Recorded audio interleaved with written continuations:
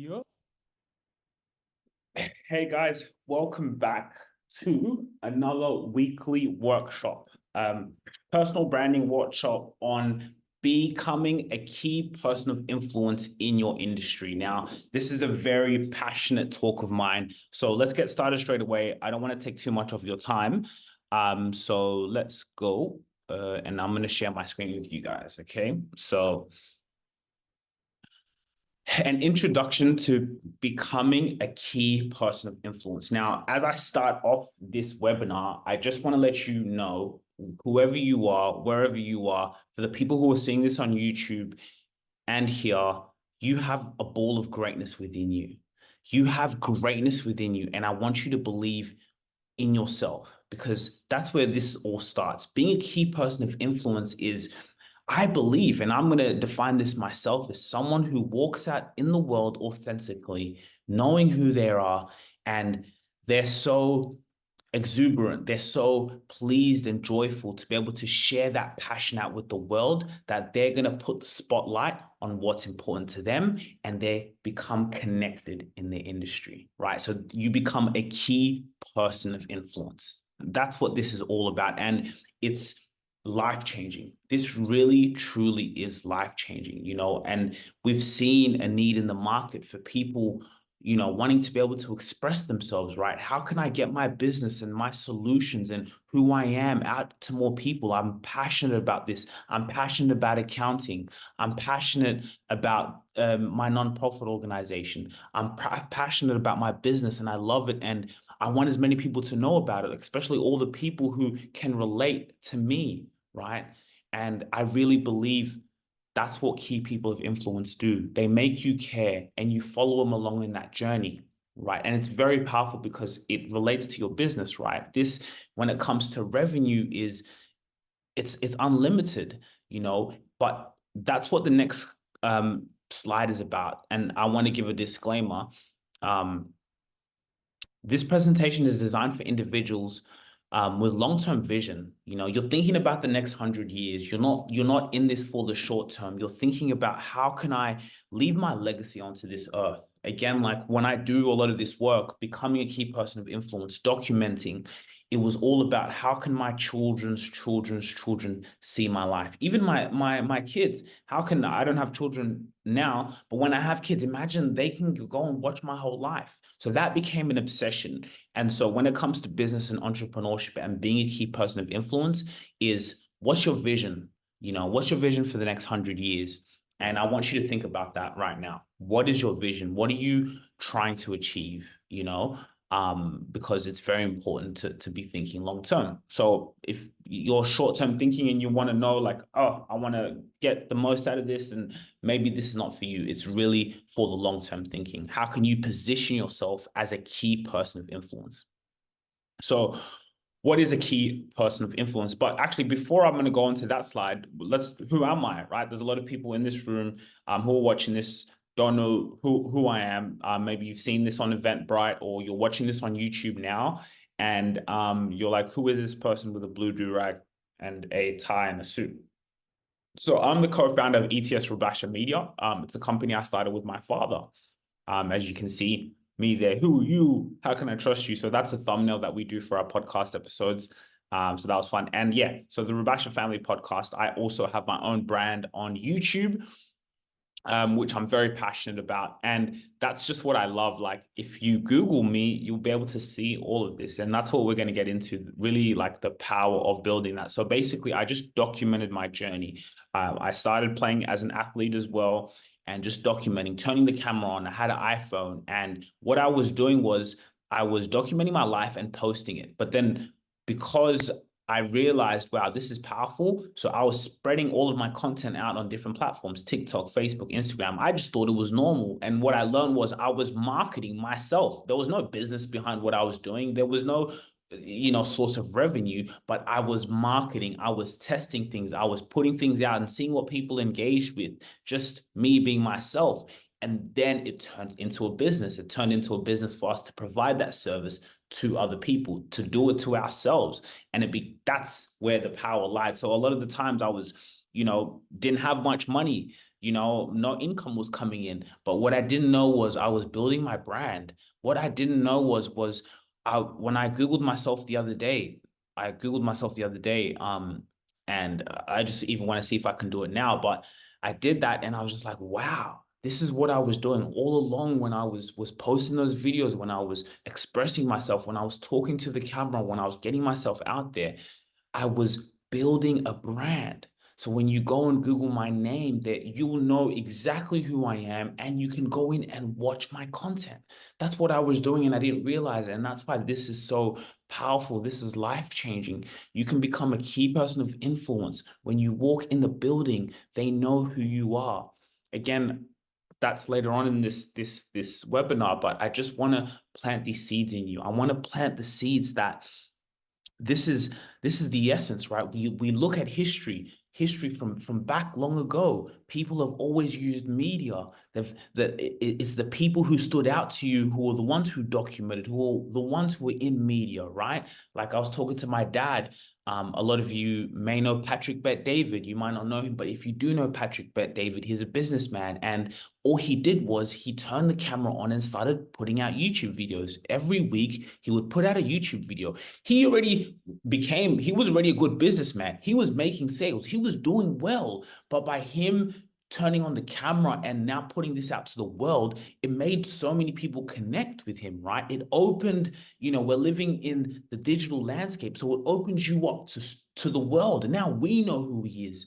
That is powerful. That's what this is about. It's about opening that authentic self to more people, right? Because now people connect with you. They can emotionally connect with you. They can watch your journey, right? And that's just how when you build businesses, when you sell businesses, your brand, who you are, is your leverage. Who you are is your leverage. So this is not about money. It's not about a lot of external things we may look for in life. This is about, your legacy. All right. Okay. So let's go to the next slide. So the framework of becoming a key person of influence, right? So it's document your story, craft and share your narrative authentically, document your story. So let me show you guys right now. I'm recording this video, right?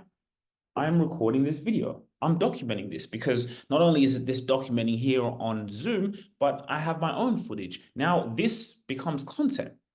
This right here, me coming here and talking to you guys, just the people who are in this room, having this intimate conversation on how you can grow and elevate yourself. For the people who missed this webinar, not only have I recorded it here, but I've recorded it on my camera. So that's what I mean by documenting your story. So let's put it in practical examples. Let's go to the accountant. You're an accountant, right? You're leaving for your work. Hey guys, get your phone out, get a camera if you have one, and just talk about your story. You don't even have to talk, just follow along the journey. Put your camera when you're in meetings doing work. There's definitely other strategies that you can go about this, and that's what we do. But the basis of it is document your story. I was speaking to a business owner. We did work for her brand, and she was saying like, hey, like, but I don't know, like, what do I document? And then she told me, oh, I'm having a mentorship with some of the children or some of the athletes that I train. I told her, record it. And then she was like, oh, yeah. I said, yes, record that. Maybe tell them, hey, guys, I'm just recording a little bit of this for my own documentation.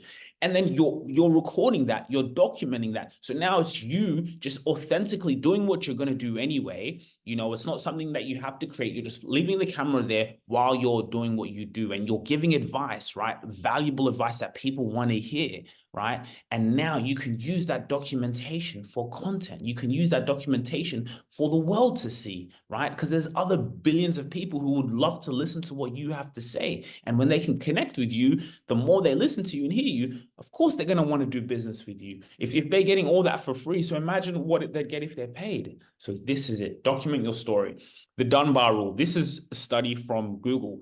7-11-4, and we're going to get into that. And it's building meaningful relationship and networks, but being able to build an ecosystem of when people do research on your business, when they're buying from you, they've already spent hours with you. They've already seen you on so many different locations that they're like, yo, this is the go-to person. You become the expert, right? They trust you. That really one there is really important. The Dunbar Rule, and I'll talk about that in the many workshops that I'll be putting on, because it's all about building trust. This game of business is about building trust. You know, I've put some videos on LinkedIn and on my YouTube channel actually about LinkedIn, right? That when you build your brand, which is building trust, which is just showcasing your expertise, right? Showcasing that authentic being and greatness that you have within some of your maybe even personal life things, right? So when you build that, you're building a network of trust where people trust you because they can see all of these things about you on different locations and that, and then they trust you. So, but we'll go into that. World domination, expand your reach and impact globally. So once you learn how to document your story, because once you've documented everything, you have all the content that you need. Once you have the Dunbar Rule pattern down, that anywhere people go. So again, if you're an accountant and I Google an accountant, we want you to come up, right? If you're in the migration industry, when I Google migration law, you're the person who comes up, and I can go and see, and you're the person. World domination. You know, you want to conquer the world with this, and we really can do this over the long term by being consistent in content. And really, even if it's just being in your niche and in the industry you're in, globally, you can be the go-to person, and you really can. I really believe in you, and that's the greatest day that we live in, and that's what I'm here to show you.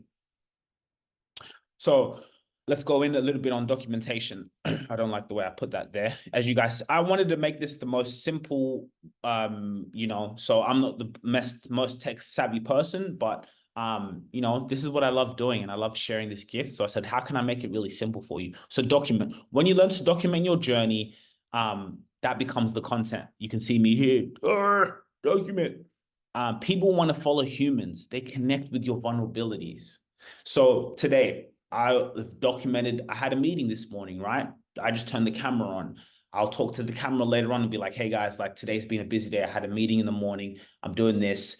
I've got so many things to figure out, but I'm getting there, right? And I'm talking to the camera. I just say that just naturally. You're documenting your journey. And it doesn't have to be, a lot of people have this myth that you have to be good in front of the camera or you have to be tech savvy. No, you don't. You don't at all. You just have to, of course, you can turn it on. Every one of you guys has an iPhone. Some of you guys may have cameras. A lot of you have money to invest in things like that. Go out there, invest in it, right? You spend money on other things. Get a camera, you know, get another iPhone, whatever you have to do, but you have this, right? Again, like I said, for example, record a sales call, a meeting. You're working on a solution that you provide for people. Maybe you're coding. You just record it and keep it going. You can again use that voiceovers. You can do things in a way that presents it to people because people are going to relate with you. So that's what I just mean by documenting. I think there's so much power in that. Like I've taken in my personal life, I go with my girlfriend, we document. With my parents, we document things. We document because these are things that we're gonna, you know, want to see 100, 200 years from now, right? Business meetings, I do it all the time. I document. I'm doing a workshop. I'm going to record it because that becomes the content, and it helps. Yeah. So let's give an example of what I mean by documenting. I don't want this to play loud. So that's me there. As you can see us on YouTube. So this is one of our clients. He's a migration lawyer, and my goal for him was, let's dominate the industry. Let's dominate the industry. There's no one who are going to do it as authentic as us. And when I mean by document, he's not doing anything out of the ordinary here. This is what he loves. He loves law. So what he's going to do, there's some updates that are happening this week. So I'll just come into his office. We put the camera in. We now have a team come in, put the camera in, put his microphone on. And what does he do? He talks, right? Look, you know, okay, maybe this is the editing side of things, but what he's done basically here is he sits down, he looks presentable, and he's talking to his audience. He's talking to his audience and he's informing them, hey, like, look, if you want to move to Australia, these are the certain ways. This is what's happening. The government is making updates. This is powerful. Do you know why? Because this is the news. And what I mean by that is you have to think of, as a business owner, you own distribution. Look at this. This is on YouTube, right? This is what they do on the news, don't they? They come on the news, welcome to Channel 10 News, where right? And they have their own agendas that they're pushing in the news. This is your distribution. This is your news. So what I mean by document is doing things like this. This is how you become a key person of influence. Do you know why? Because every time you do this, every time you release questions and, one of the great things that Nish does here is in consultation meetings that he has with clients, he notes down a lot of the main questions that are coming in, like, hey, we're worried about the 482 visa.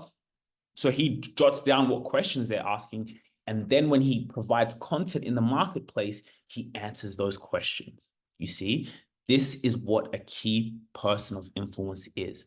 When you do this consistently, people, they trust you, they relate to you. Yes, oh wow, I just heard some great news from this migration lawyer on TikTok about how we can move to Australia, right? And you build trust. So this is just an example of documentation. It's an example of being able to be a key person of influence just by being yourself. It's being authentic, and there's definitely other strategies that you can do if maybe you don't like the camera, because a lot of people say that. I would say another way to document is do a Loom video, right? So just be like kind of like this, hey guys, I'm doing a Loom video on one of the worst things I've seen from, founders, something, whatever your industry is. And then just do a Loom video, you document it, and then there's ways that you can distribute this out to the world, right? So become one of the most highly visible, valuable, and connected people in your industry. Because what I'm about to say to you here is very important, and I want you to listen. You guys are on YouTube, you're in this webinar, listen to this. Being good at what you do is no longer enough. Being good at what you do it's no longer enough, right? There's plenty of good people who are spectacular accountants.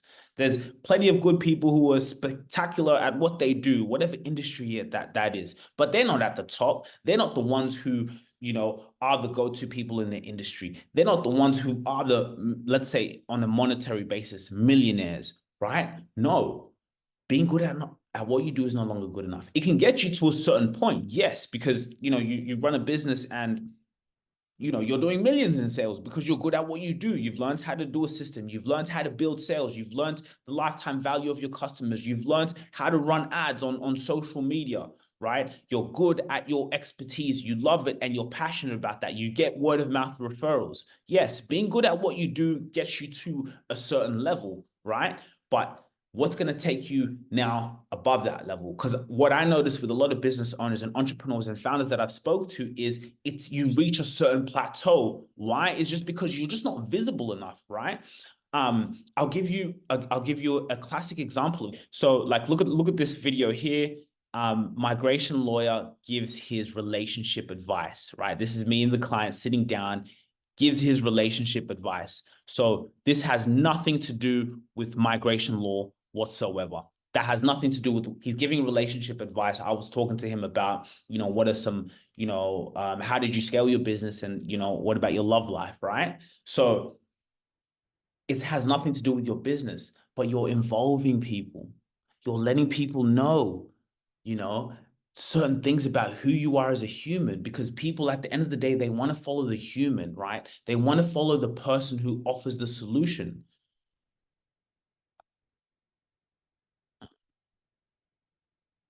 Hey guys, sorry, I'm just you got to make sure everything's smooth on this. If you can hear me, please tell me you can hear me. Just making sure that's fine. Yeah. Okay, cool. Sorry guys.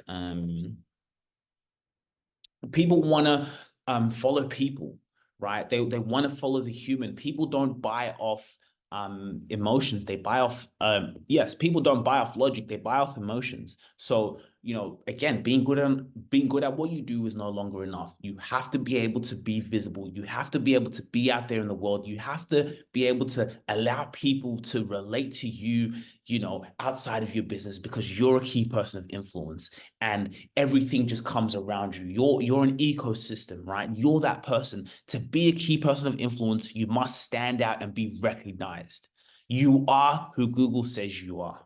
To be a key person of influence, you must stand out and be recognized. You are who Google says you are, right? This is not about being famous. No, this is about in your industry, who you are, even just as a brand. You go to certain places, people know who you are, right? That's the person who's always talking about migration law, right? Think about who are key people in your industry. Who's the go-to expert in your industry? I want you to think about, you're an accountant. Who is an accountant that you see maybe on social media or who's quite well known, right? Why are they well known? Go and study, go and look at what they do. You can maybe even be better because let's say the market here in Australia is very slow. So you can dominate that market over time with consistency. But it's about who is the go-to expert in the industry, and you can be that person. It's about being visible out to the world, and you be visible by creating content, by having content and spreading that out. And that content is valuable. It connects.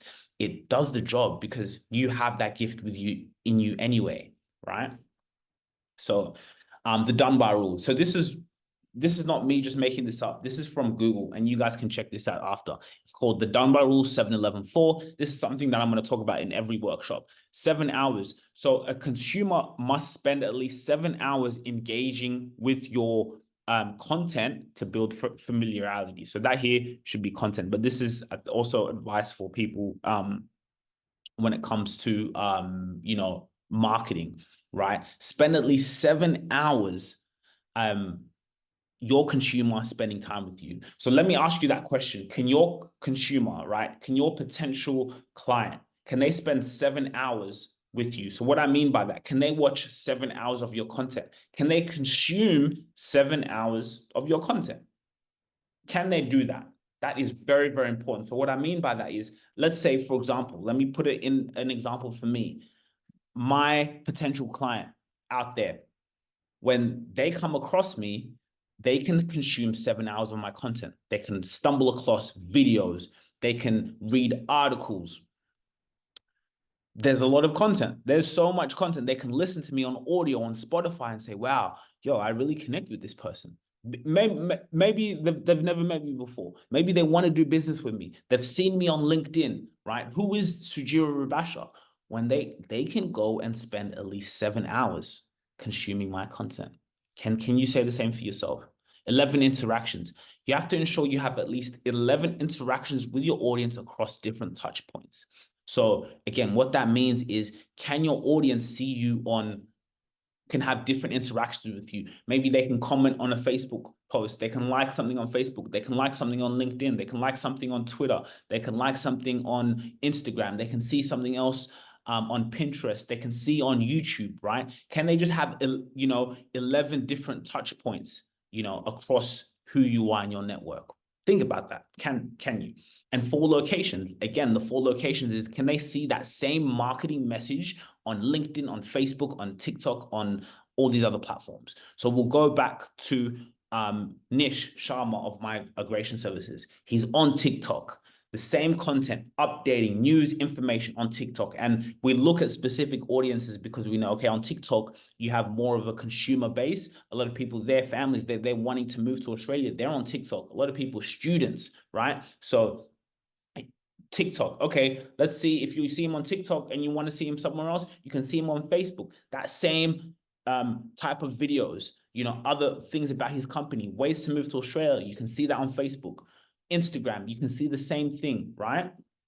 LinkedIn, can we see the same thing? So that's 4 different touch points. So you can see 7, 11, 4. So let's say you're looking for a migration lawyer. Let's say you come across his name or you see a piece of content. You can go and we can check by all those things, because you see, this was research done by Google. So Google did this research to see what makes people spend money, right? What makes people spend money on a product or a service? And this is what came out, that those people did their research. The same as me. When I spend money, especially a lot of money, I do my due diligence. I go in there and see if I can listen to content, see if I can go watch something about the business, about who is offering my solution, and I can go and relate to them, right? I have plenty of examples of plenty of people who have built a brand. I have bought things from them because I listened to them on podcasts. I watched them on podcasts and I extremely related with them. Then I went and did more research on them. I went and searched them on Instagram and on Facebook. And I'm like, wow, this person's really amazing. I love the consistency. I love what their mission's about. And that can help me in my life. So yes, here's my money. Take my money, right? So this is very important. And the reason why this is very important, because I told you, imagine, I want you to think about it. when you go into meetings, I want you to think about what would it feel like if I go into places and business is already done. They already want to do business with me. They've already gone in and consumed my content. They feel like they know me and they've never met me, or they've interacted with me a few times, but they went and listened and liked what they saw, and business is already done, right? And imagine if you do that over a long period of time, you're going to dominate the market share. You're going to dominate the game, right? Because more people spend more time with you. And again, I don't really like this word of competition because I believe I am my own competition. But at the same time, you know, in business, there's other people who are doing the same thing as you. So just how can you just express your authenticity way more, right? So someone can come and copy what you do. That happens a lot of in business. People copy other people. But when you know your marketing game is, when you know you're a key person of influence, when you know this authentic self can't be copied, and you do it in a way and say, hey, no matter what, we're going to keep documenting and putting out content of what's in here. We're not going to look at what other people are doing. They can copy us, but we're just going to do that. People are going to relate with that. People will see the real, right? So, you know, you could not do that and let your competitors do it and lose market share, and you continue to lose market share because you're not putting yourself out there, right? You're just not expressing your greatness. You're leaving money on the table. So that's why this is very important. You see the importance of putting out content. When you put out content like this, 7-11-4, this Dunbar rule from Google, it just basically all comes down to trust. Can I trust this person? Is this person an expert at what they do and what they say? And if they are, let me see it. And I know if you Google me and what I do, you can see that. You can see it. Go on YouTube. There's a lot of people who watch on YouTube. So very, very important. Case studies. Let's test it out. Let's test out exactly what I'm talking about. So this was before we had signed this client. This is Washington Mazambani. He's in the wealth expert industry, wealth creation industry. He gives advice on how to invest in properties and, you know, just a lot of wealth creation secrets. So we met on LinkedIn, and I just told him actually on LinkedIn, I said, hey, I explained to him a little bit what I do, but I sent him a YouTube video. I said, hey, this is in your industry. Maybe have a look at this. He went in and watched my content. He saw me in a meeting. He saw the way I carried myself. He liked my energy, right? So he consumed my content, consumed it, Googled me, did his due diligence. Who is this person? Can I trust him? He Googled me, saw me on LinkedIn. We met at this cafe. He became a client. Little did I know, when I was sitting there, he knew exactly what I was about. And we had a meeting on Zoom. So think about all what I just talked about, 7-11-4. He spent 7 hours consuming my content, definitely. Or he had up to 7 hours to consume it. Maybe he consumed 4 hours, but at least he consumed my content. And valuable content that was inspiring, not just things that you just put out there, a picture, or no, he consumed the valuable content, storytelling, explaining passion in this solution, right? And how I can solve this for you. So he did that. 11 interactions, saw me everywhere. We post every single platform, 4 locations. Yep. Boom. This was now him as a client. This is the thumbnail. We did a YouTube video or a podcast. We actually built his media infrastructure on his YouTube channel. So if you go on his YouTube channel, you'll be able to consume content. You'll be able to consume 7 hours worth of content, definitely. The 11 touch points, yes, I'm pretty sure he is spreading himself on more locations. We just did handle the YouTube for him, but definitely you can see him on LinkedIn with content. You can see it on Facebook content. The other platforms, I'm not 100% too sure if he is repurposing the content. We don't really do that side for him. We just provide the content, and really it's up to people to use it. But definitely YouTube, which I talk about a lot, is the second highest search engine in the world. So again, social media right now, guys, is an interest-based graph. So what that means is if you're into property investments, if you're into private equity, if you're in accounting, right, your customers are most likely researching those topics, right? They want to be up to date because they want to invest in private equity. They want an accountant. They want a wealth expert. So they're going to have content pushed to them on their phones. That's what they're interested in. So if you're posting that content, very niche, again, look, like you can see here, right? This is on YouTube. It's very niche. It's 482 visa update. There's millions of people out there who want to know and want to come to Australia and who are in this 482 visa, and maybe it's affecting them. YouTube now will be putting that content in front of them. So think about how much market share you can dominate in the long run for your business if you're consistently uploading your niche specific topic on YouTube. You're doing that over a consistent basis. Then you're putting in a mailing list newsletter on your channel in the description. You're putting your website, right? You're building a funnel. This is your distribution. This is your media company. This is the game, guys. So I don't want to take too much time. How much time do we have left? We still do have some time, but I want to do this like sharp, where it's like you don't lose much attention and you can get exactly what I'm saying and how important this is for you. Content strategies. The name of the game is having a plethora of content to consistently distribute out to the world.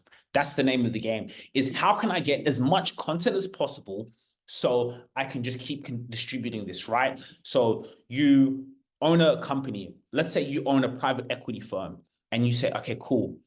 We're the best at what we do. How can we show that out to more people? Okay, what about if we can get as much content as possible? So when we're sleeping, we have content working for us, because I want you to understand this. Content, which is the video that you put out into the world, whether it's something with yourself in your business, that is a digital asset. That is your intellectual property. Having content, on putting out content, is like investing in shares. It's like a stock, right? Because when you put out content, not only can that be monetized, that content make money for you on places like YouTube and places where they have AdSense, which, happens over a longer period of time, and the more following that you have.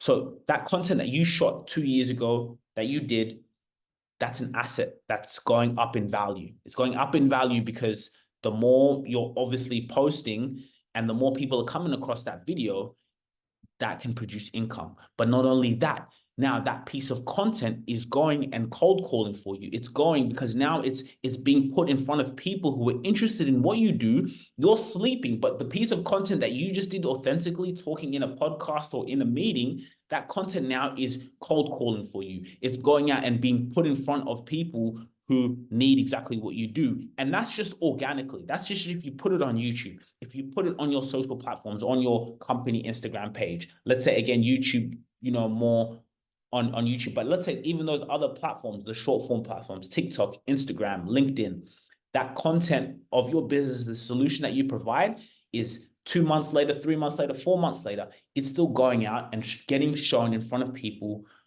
who need your service, especially if it's good content. If it's good content and the platforms can see that people like this, people are engaged with this type of content, it touches them, then your content's going to go work for you. So not only is it a digital asset when it comes to being monetized, but it's an asset in bringing you awareness, bringing you leads, right? So what are some strategies that we can incorporate? Having a podcast, for me, one of our clients here, their founders, this has nothing to do with their business, but they just said, hey, let's talk about tech and talk about what we love. Let's do it on a consistent basis. So what they're doing is they're building up a fan base, right, of people who are interested in what they have to talk about. We manage their podcast. Great guys, 2 founders.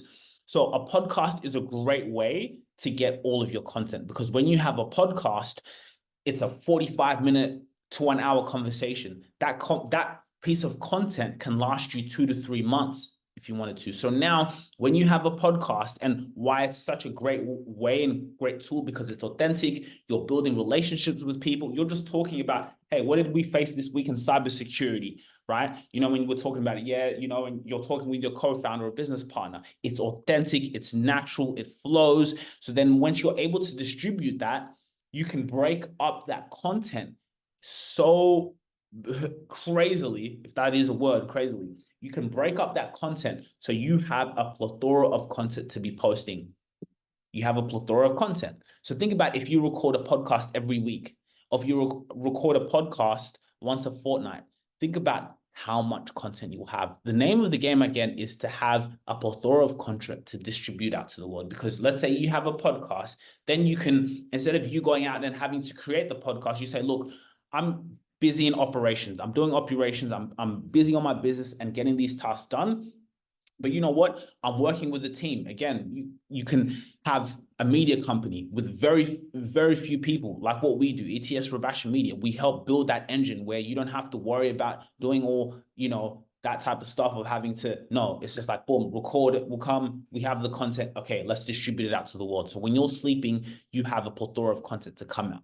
But for you to do this yourself, again, if we talk about the podcast angle, right? The podcast allows you to have as much content. So when you have all the content, you can say, hey, all right, cool. Now we have so much content from our podcast and it's relatable, it's great. Let's make sure it's engaging. Okay, let's distribute it on all of our platforms. We have the podcast, they can consume 7 hours of our content off the bat. Okay, now we just got to put these on our different platforms. Let's put it on our Facebook page. Let's put these clips and some of these, what we're saying and what's valuable and the solutions that we provide from this podcast in these pieces of content. Let's put them out on YouTube. Let's put them out on TikTok. Let's put them out on LinkedIn where our target audience is. Let's put them out on LinkedIn. We can put 2 a week. We can put 3 a week. We can put 1 every day because you have so much content, right? And then you're able to build up that Dunbar rule. You'll be able to build up trust. And so you do that over a consistent period of time.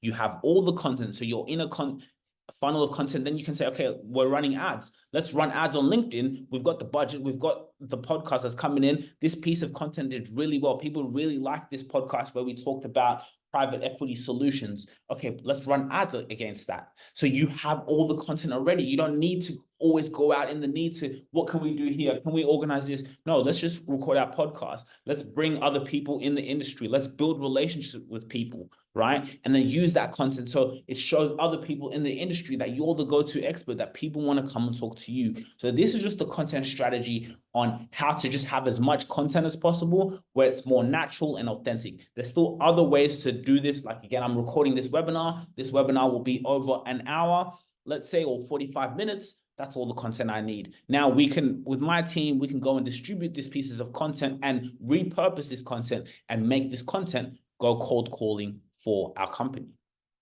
So really great things. World domination. Look at this, right? This is their podcast.